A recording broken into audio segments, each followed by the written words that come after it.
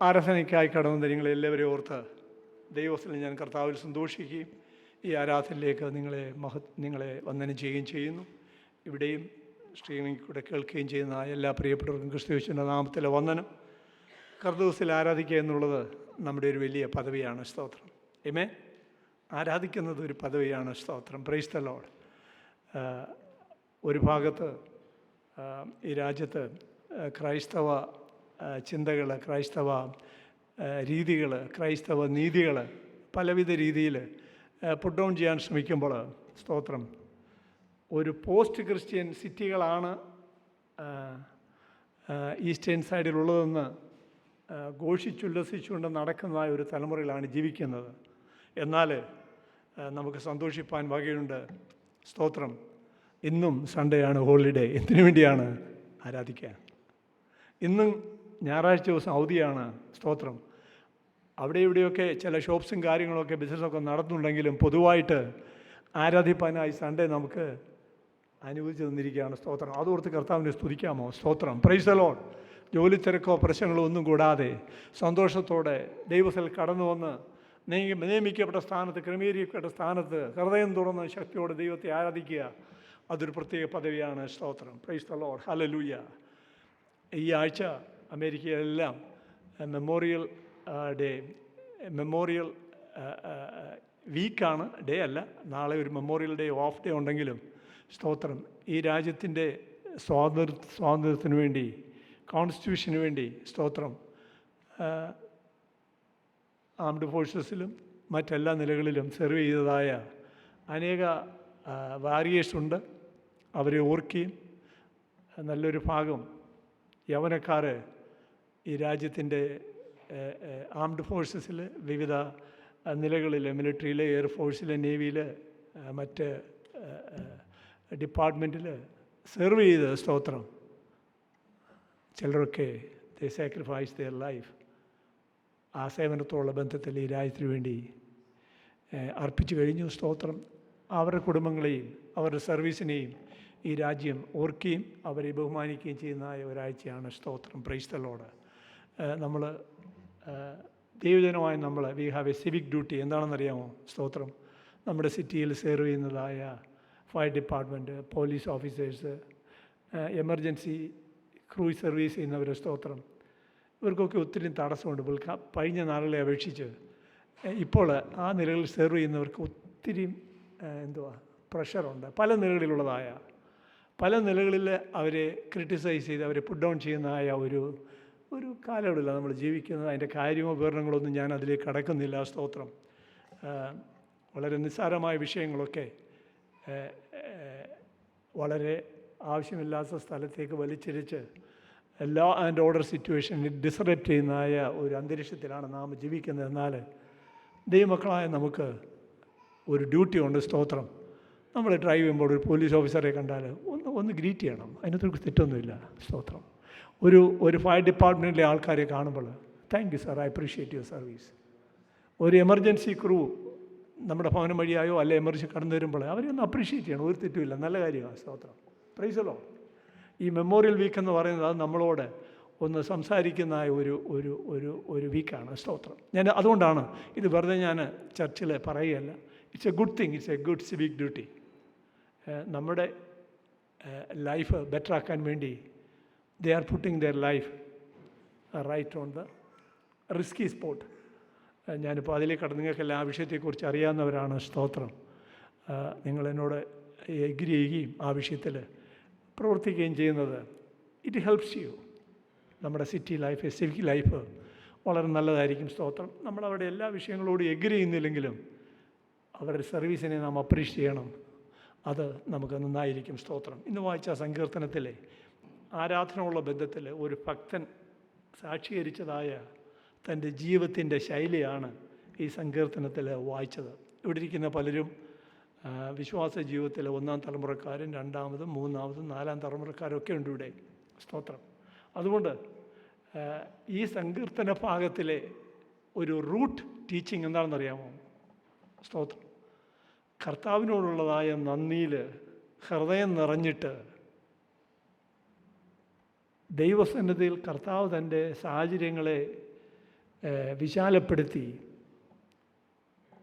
ആട്ടിടനായ ദാവീദ് ഇസ്രായേലിൻ്റെ രാജാവായി തീർന്നു കഴിഞ്ഞപ്പോൾ രാജാവായതിൻ്റെ സന്തോഷവും രാജാവായതിൻ്റെതായ പ്രൗഢിയൊക്കെ ഉണ്ടെങ്കിലും അവന് ജീവിതത്തിൽ ഒരു ഭയങ്കര റെസ്റ്റ്ലെസ്സാണ്.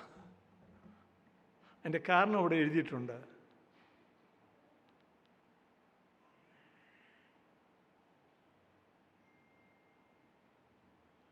അതിൻ്റെ 3-ാമത്തെ വാക്യത്തിലാണ്. ദാവീദ് നല്ല കൊട്ടാരമൊക്കെ പണിത് ഇസ്രായേലിലെയും യഹൂദയിലെയും രാജാവായി താൻ അഭിഷേകം ചെയ്യപ്പെട്ട് നല്ല നിലയിലായിരിക്കുമ്പോൾ താൻ ഒരു സാക്ഷ്യം ദൈവത്തിൽ പറയുകയാണ്.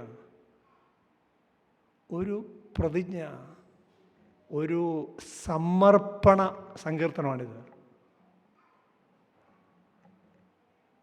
ആ സമർപ്പണത്തിൽ കർത്താവേ, നീ എൻ്റെ സകല കഷ്ടതയെ ഓർത്തു, എൻ്റെ പല ഭാരങ്ങളെയും കർത്താവെ നീ മാറ്റിത്തന്നു.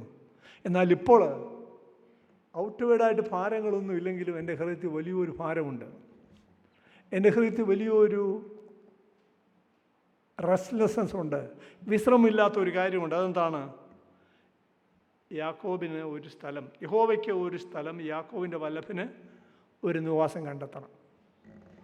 എന്താണ്? ഇസ്രായേലിൻ്റെ സമൂഹത്തിൽ ദൈവത്തിൻ്റെ സാന്നിധ്യം ഒരു കൂടാരത്തിലും അതിനകത്തുള്ളതായ അതിവിശുദ്ധ സ്ഥലത്ത് വെച്ചിരുന്നതായ സാക്ഷ്യ പെട്ടകത്തിൻ്റെ മേളിലുമായിരുന്നു ദൈവത്തിൻ്റെ സാന്നിധ്യം അനുഭവിച്ചുകൊണ്ടിരുന്നത്. ഇപ്പം ദാവീദ് രാജാവായപ്പോൾ ദാവീദിന് കൊട്ടാരവും പരിചയന്മാരും കമാൻഡേഴ്സും കാര്യങ്ങളൊക്കെ ആയെങ്കിലും ദൈവത്തിൻ്റെ പെട്ടകം ഈ സന്ദർഭത്തിൽ ഒരു ഓബേദെദോമിൻ്റെ വീട്ടിൽ ഒരു പ്രത്യേക സ്ഥലത്ത് സൂക്ഷിച്ചു വച്ചിരിക്കുക. ഇത് മനസ്സിലാക്കിയതായ ഭക്തൻ പറയുകയാണ്, ഈ പെട്ടകം അവിടെ ഇരിക്കാനുള്ളതല്ല. സ്തോത്രം. എൻ്റെ കഷ്ടതയുടെ നടുവിൽ എന്നെ ഉയർത്തി എന്നെ ഇത്രത്തോളം കൊണ്ടുവന്നതായ ആ ദൈവത്തിൻ്റെ പെട്ടകം ഒരു ഒഴിഞ്ഞ സ്ഥാനത്തിരിപ്പാൻ ഞാൻ അനുവദിക്കത്തില്ല. സ്തോത്രം. ഞാൻ പാർക്കുന്നതായ കൊട്ടാരത്തിന് അപ്പുറമായ നിലയിലുള്ളതായ ഒരു നിലയിലേക്ക് ദൈവത്തിൻ്റെ പെട്ടകത്തിന് ഒരു സ്ഥലം കണ്ടെത്തണം. സ്തോത്രം. Praise the Lord. നമ്മുടെ പല പിതാക്കന്മാർക്കും അവരുടെ കുടുംബത്തിൻ്റെ വിഷയങ്ങളിൽ അവർക്ക് വളരെ താല്പര്യം ഉണ്ടായിരുന്നെങ്കിൽ തന്നെയും അവരുടെ ജീവിതയാത്രയുടെ ഒരു പ്രധാന ഭാഗമായിരുന്നത് ദൈവത്തിൻ്റെ ആലയം ഉറപ്പായിരിക്കണം. ദൈവത്തിൻ്റെ ആലയം ഉറപ്പായിരിക്കണം. ദൈവത്തിൻ്റെ ആലയം ഉറപ്പായിരിക്കണം. സ്തോത്രം. ദൈവത്തിൻ്റെ ആലയം ഉറപ്പായിരുന്നില്ലെങ്കിൽ നമ്മുടെ വീടും നമ്മുടെ തലമുറയൊന്നും ഉറപ്പായിരിക്കത്തില്ല. അത് മനസ്സിലാക്കിയതായ ഭക്തന്മാരായിരുന്നു. സ്തോത്രം. അങ്ങനെ ഒരു ലീഗസി പ്രാപിച്ചവരാണ് ഇവിടെ ഇരിക്കുന്ന പലരും.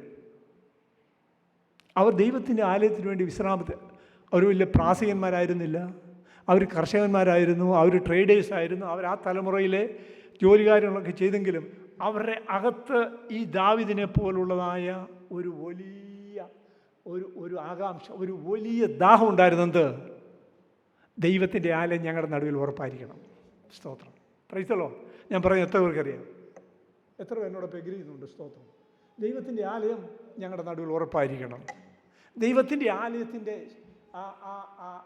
ആ സൗന്ദര്യത്തിന് വേണ്ടി, ദൈവത്തിൻ്റെ ആലയത്തിൻ്റെ മനോഹാര്യത്തിന് വേണ്ടി, സ്തോത്രം, വീടും കാര്യങ്ങളൊക്കെ അല്പം ഒന്ന് ലൂസി ഗോസി ഇരുന്നാലും ദൈവത്തിൻ്റെ ആലയം ഉറപ്പുള്ളതായിരിക്കണം.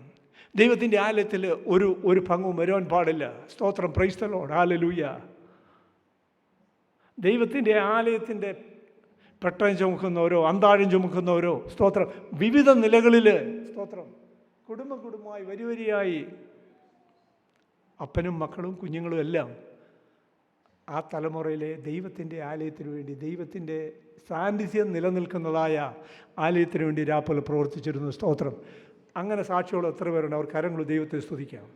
ദൈവത്തിൻ്റെ ആലയത്തിൻ്റെ പെട്ടകത്തിന് വേണ്ടി പ്രവർത്തിച്ചതായ തലമുറകളാണ് ഞങ്ങൾ. സ്തോത്രം. സ്തോത്രം. Praise the Lord. അത് നിങ്ങൾക്ക് ദൈവസന്നിധിയിൽ അഭിനന്ദിപ്പാനുള്ളൊരു കാര്യമാണ്. സ്തോത്രം. Praise the Lord. ദൈവം ഒരിക്കലും ആരുടെയും പക്ഷക്കാരനല്ല. സ്തോത്രം. എപ്പോഴും കർത്താവ് 2-3 നിലകളിൽ പ്രവർത്തിക്കുന്നുണ്ട്. ഒന്ന്, ദൈവത്തിൻ്റെ വിളിയും തിരഞ്ഞെടുപ്പും, പിന്നെ ദൈവവചനത്തിൻ്റെ സാന്നിധ്യത്തിലും. സ്തോത്രം. കർത്താവ് തിരഞ്ഞെടുത്തു. ആ തെരഞ്ഞെടുപ്പിനകത്ത് കൊടുത്തതായ വലിയൊരു ദാഹമാണ്. സ്തോത്രം. ദൈവത്തിന് ആലയം കണ്ടെത്തണം. Price the Lord.